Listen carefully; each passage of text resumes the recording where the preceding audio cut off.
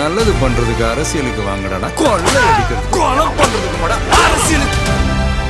ஸ்டாலின் அவர்களை வாக்கிங் போகும்போது எதர்ச்சி அங்கே இருந்த மக்கள் வந்து அப்படியே ஓடி வந்து ஒருத்தராக வந்து சார் சூப்பர் சார் நீங்கள் வந்து உங்கள் அப்பாவுடைய கொள்கையை பிடிச்சிட்டீங்க சார் அப்படி பாராட்டுற மாதிரி ஷூட்டிங் எடுக்கிறாங்க. இவங்க ஷூட்டிங் எடுக்கிறது மொத்தமாக இன்னொருத்தர் ஷூட்டிங் எடுத்துட்டான், வீடியோ எடுத்து அதை தூக்கி ஏற்றி விட்டான். ஆக்ஷன்.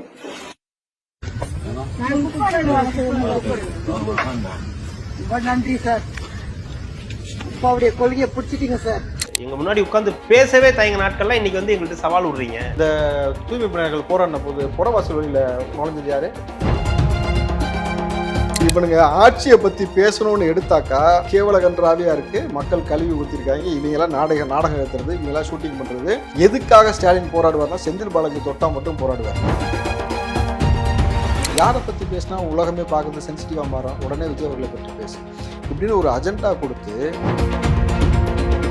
இவர் வந்ததுக்கு அப்புறம் 2 பேருக்கும் காம்ப்ரமைஸ் இல்லாமல் நிற்கிறார் தெரிஞ்சதுக்கு அப்புறம் அப்போ முதல்ல இவரை காலி பண்ணலாம். அதுக்கு என்ன பண்ணலாம்? என்ன காரணத்துக்காக என்டிஏ ஏமாத்துனீங்க? நம்ப வச்சு இப்படி கழுத்து எடுத்துருக்கீங்களே, என்ன காரணம்? அடிச்சு விடுறா இவர் பிஜேபியோட பிடிஎம் சொல்லு, அப்பதான் வந்து நமக்கு சிறுபான்மை ஓட்டு வரும், இல்லாட்டி நக்கிட்டு போயிடும்ட்டு இந்த பக்கம் இவங்க திமுக ஒரு பக்கம் பண்ணிக்கிட்டு இருக்காரு. ஆம குஞ்சுகள் அவங்க அட்ராசிட்டி நிப்பாட்டிக்கிட்டீங்கன்னாக்கா ஆமா 65 போடக்கூடாது. ரியல் பொலிட்டிஷியனா ஆக்ரோஷமான அவருடைய ஃபேஸை நீங்கள் பார்ப்பீங்க. திரும்ப அடிக்கும் பொழுது குடல் தனியாக குந்தாணி தனியாக பிதுங்குன்னு வாங்கல, அந்த மாதிரி ஊபீஸ்லேருந்து ஆமகுஞ்சிலேருந்து எல்லாத்துக்கும் பிதுங்க போகிறது கன்ஃபார்ம் சார். அதிமுகவில் ஒருத்தர் வந்து உங்கள் கனவுகள் சொல்லுங்கன்னு ஸ்டாலின் கேட்குறாரு அப்படின்ட்டு எனக்கு நயன்தாரா. அது என்ன குழுமனா, அது பெண்களுக்கான மாநாடு. சட்டம் ஒழுங்கு பிரச்சனை, பெண்களுக்கு எதிரான சட்டம் ஒழுங்கு பிரச்சனைன்னு சொல்லிட்டு அந்த மாநாட்டிலேயே போய் அப்படி பேசுறது தான் வந்து.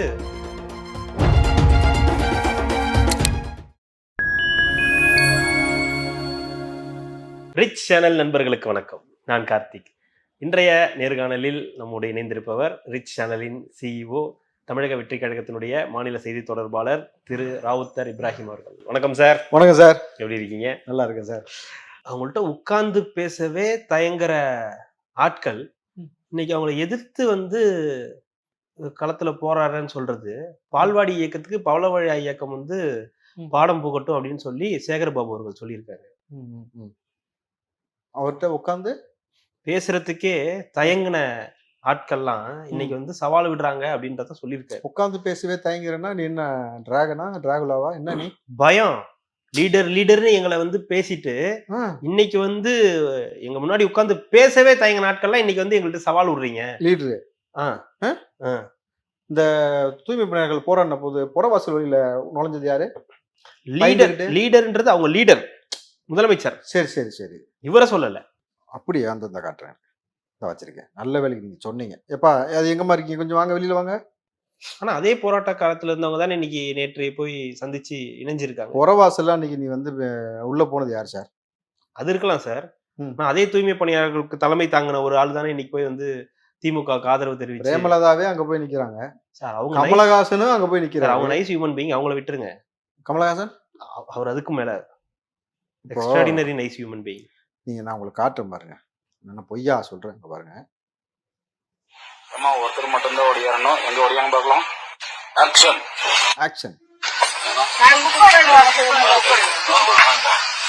நன்றி சார், அப்பாவுடைய கொள்கையை பிடிச்சிட்டீங்க சார்.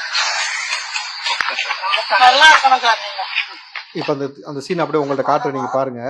ஏமா ஒருத்தரா ஓடியாரணும், ஓகே சொன்னதுக்கு அப்புறம் வரணும், எதர்ச்சியா நடந்த மாதிரி நீங்க அப்படியே பேசணும். சிஎம் வாக்கிங் வரும்போது இங்க பாருங்க ஆக்ஷன் அப்படின்னு ஒண்ணு இங்க பாருங்க.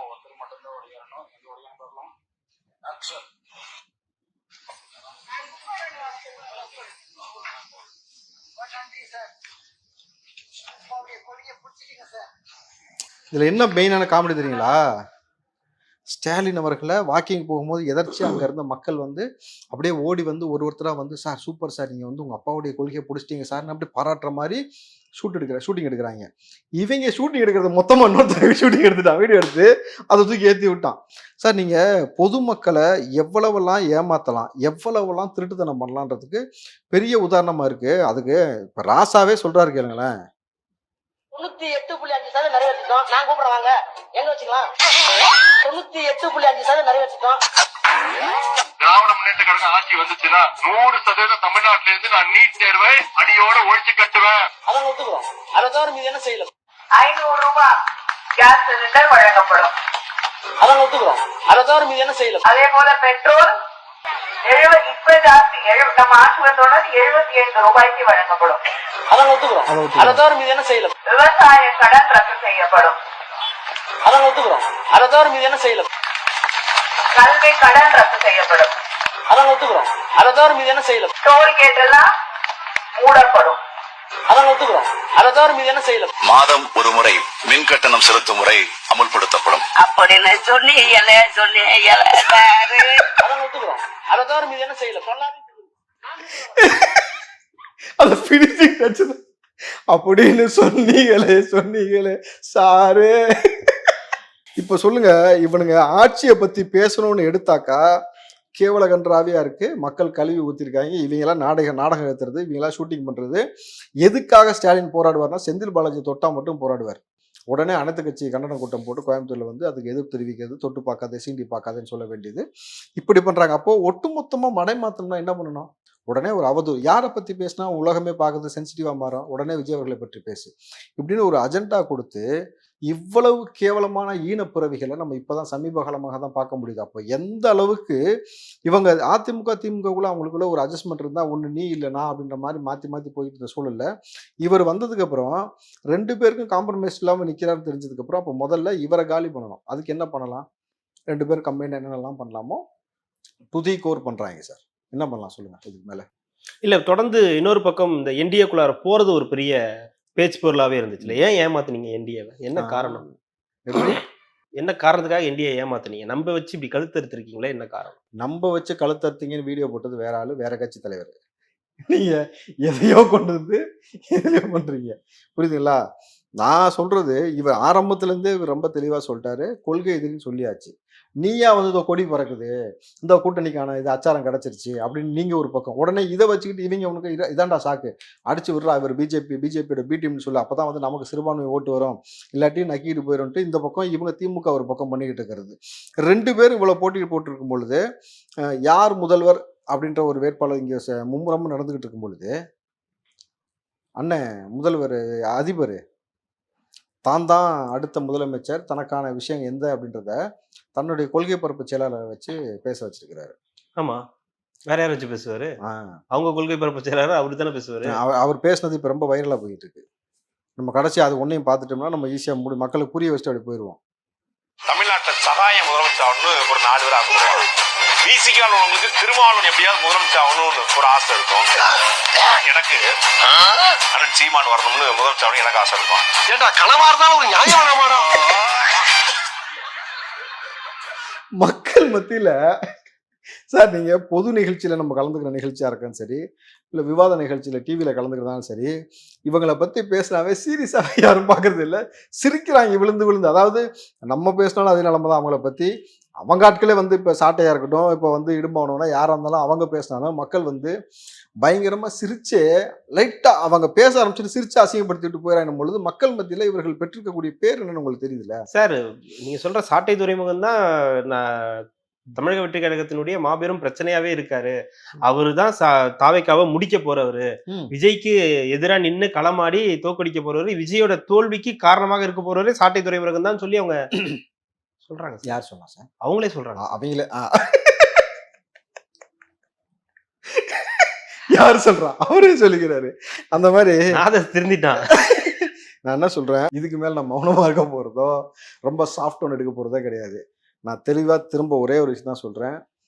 ஆம குஞ்சுகள் அவங்க அட்ராசிட்டியை நிப்பாட்டிக்கிட்டீங்கன்னாக்கா ஆம 65 போடக்கூடாது. சரி, இது இப்படி சொல்லுவோம். இணையத்துல வந்து பெரும் பிரச்சனையா இருக்கு. இணையத்துல வந்து தாவேக்காவுக்கும் நாம் தமிழர் கட்சிகளுக்கும் பெரிய போராட்டம் நடந்துகிட்டே இருக்கு. உங்களுக்கு வந்து வேற வேற பிரச்சனைகள் இருக்கு, ஆனா அவங்களுக்கும் உங்களுக்கு ஏதோ ஒரு பிரச்சனை ஏதோ ஒரு வகையில இது நடந்துகிட்டே இருக்கு இல்லையா? இது நடக்காம இருக்கிறதுக்கு நீங்க ஏதாவது ஒண்ணு சொல்லுங்க. உங்க வாரியர்ஸ்க்கே ஒண்ணு சொல்லுங்களேன். சொல்லிடுவோம். சாமி கூட 5 வருஷம் ஆண்டுட்டார், 4 ஆண்டு.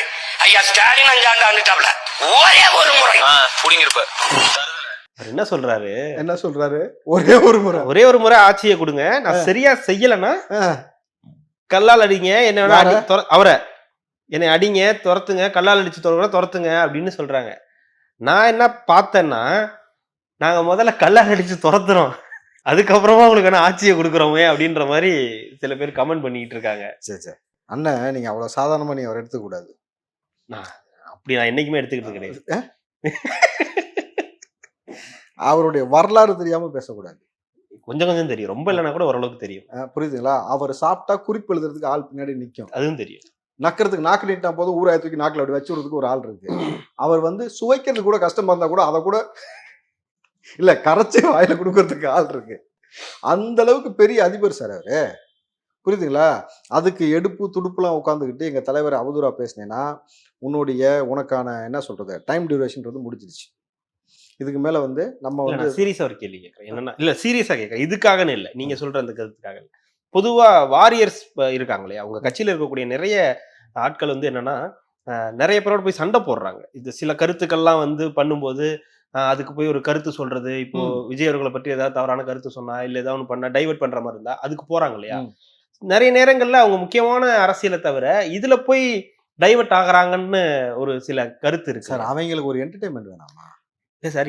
அவங்களுக்கு ஒரு ரிலாக்ஸேஷன் வேணும். ரிலாக்ஸேஷன் வேணும் சார். அவங்களுக்கு ஜாலியா கொஞ்சம் அடிச்சு பழகிறதுக்குன்னு ஒரு 2 பீஸ் இருக்கணும் பொழுது அடிச்சு விளையாடுவாங்க. நான் என்ன சொல்றேன்னா, ஏன்னா அவன் எல்லாம் அடிக்கிறவன் எவனுமே உள்ளூர்லயே இல்ல, எல்லாம் வெளிநாடுகளில் உட்காந்துக்கிட்டு வெளிநாடுகளில் உட்காந்துட்டு அடிக்கிறாங்க. குறிப்பா அதிகமா நீங்கள் வந்து தம்பி சாட்டையவோ அதிபரையோ அண்ணனையோ போட்டு பொழக்கிறது யாரு தெரியுங்களா? இலங்கையை சேர்ந்த நபர்கள். அதுதான் ஹைலைட்டு.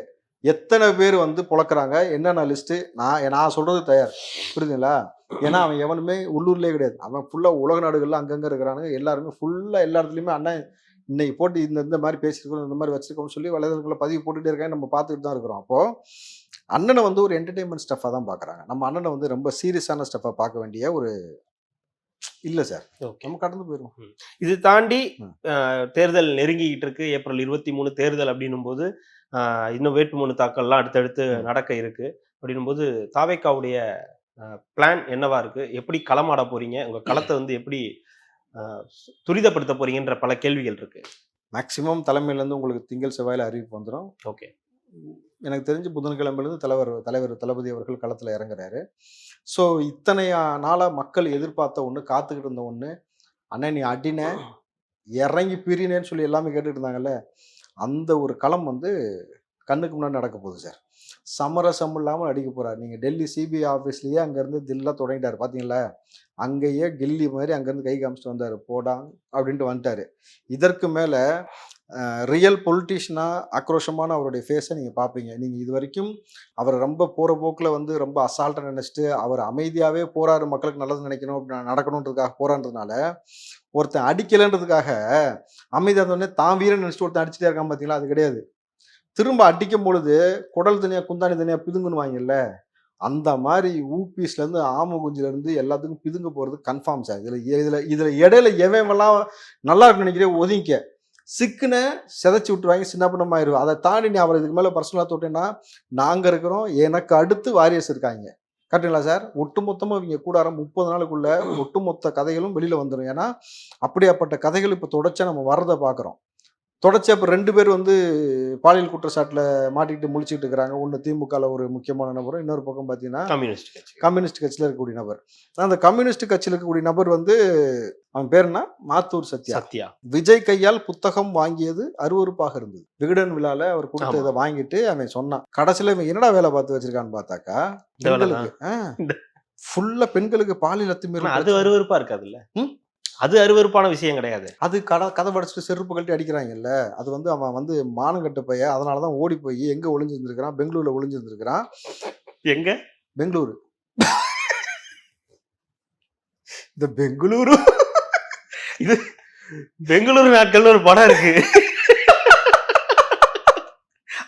அதனால உங்களுக்கு ஸ்பெஷலா பெங்களூரு எல்லாம் பெங்களூரு தான் சார். இதுல வந்து இவன் இந்திய கம்யூனிஸ்ட் கட்சியில வேற இருந்து இவன் இந்த புகார்ல மாட்டினவொன்னு கட்சியிலேருந்து இவர் தூக்கிட்டாங்க. அதுதான் வந்து நம்ம பசங்க போட்டாங்க, விதியோட மோதாத அப்படின்ட்டு. இது ஒரு ஆளு அப்படின்ட்டு இது வந்து எங்க தலைவர் கையால புத்தகம் வாங்கினதை பத்தி பேசிச்சு. இன்னொன்னு அப்படியே அதை கட் பண்ணிங்கன்னா அதிமுகவில் ஒருத்தர் வந்து உங்கள் கனவுகள் சொல்லுங்கன்னு ஸ்டாலின் கேட்கிறாரு அப்படின்ட்டு எனக்கு நயன்தாரா வேணும் பேசி வச்சிருக்காப்புல. யாரு சார்? சொல்லு. இல்ல சொல்லுவேன், அதை எப்படியும் கட் பண்ணிடுவீங்க, வேண்டாம். என்னது?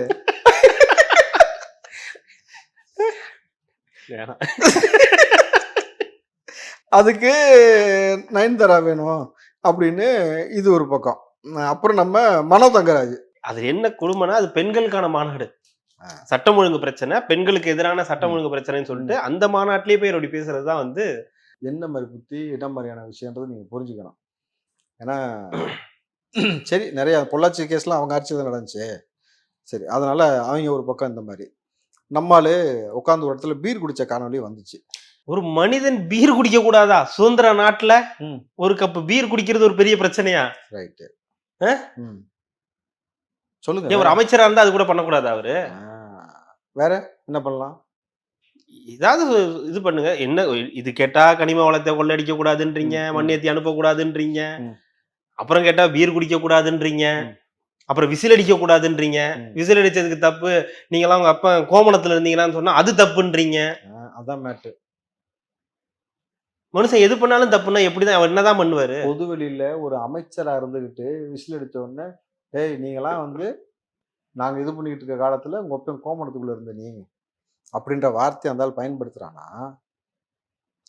இவங்களுக்கு தெரிஞ்சதெல்லாம் பாவாடை, நாடா, கோமணம், கோமணத்துக்குள்ள போய் ஒளிஞ்சிருக்கிறது, இல்லாட்டி வந்து கோட்டையில போய் நுனிச்சேரில் உட்கார்றது. இவதானே ஜார்ஜ் கோட்டை சொல்றேன் அங்க டெல்லி.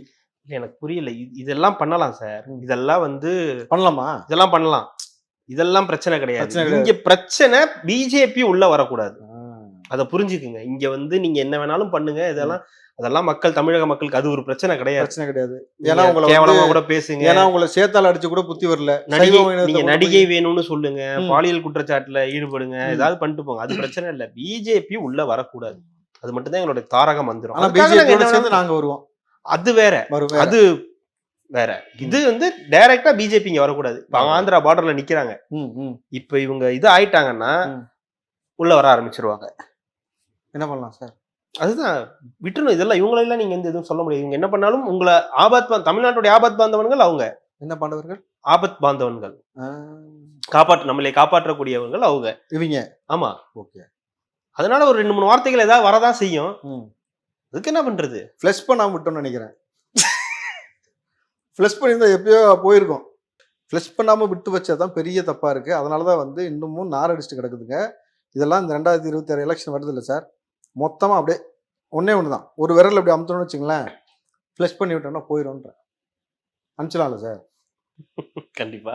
என்ன சார் நீங்க சொல்லணும் சார். ஏன்னா இல்லை சார், இது இப்போ திமுகவும் சரி அதிமுகவும் சரி அவங்களுடைய அமைச்சர்களாக இருக்கக்கூடியவர்கள் இல்லை முன்னாள் அமைச்சர்களாக இருந்தாங்க எத்தனை பேருமே வந்து இப்படி பேசுறதுன்றது தமிழ்நாட்டு மக்களை அவங்க என்னவா நினைக்கிறாங்க அப்படின்றத எடுத்து காட்டுது.